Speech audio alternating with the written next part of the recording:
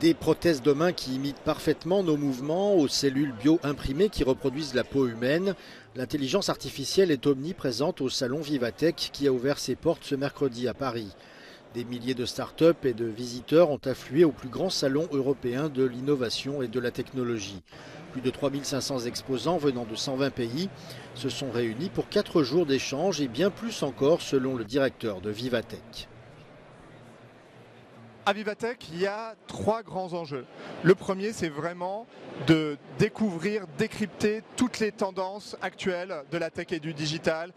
Le deuxième sujet, c'est vraiment de faire du business entre les startups, entre les grands groupes, entre les États et entre les leaders de la tech. Et le troisième sujet, c'est vraiment faire des connexions.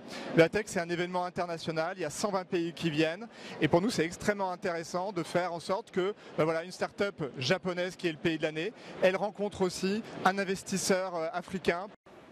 Invité d'honneur cette année, le Japon et notamment la ville de Tokyo présente à travers SushiTech, un concept innovant qui vise à développer la technologie et l'intelligence artificielle tout en s'adaptant aux problèmes environnementaux et urbains. まだ AI っていうのは始まったばっかりの技術だと思うんですよね。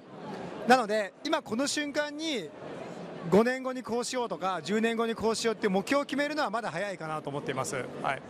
じゃあ代わり何が大事かっていうと、我々行政の人も含めて AI をまず自分で使うことだと思うんですよね。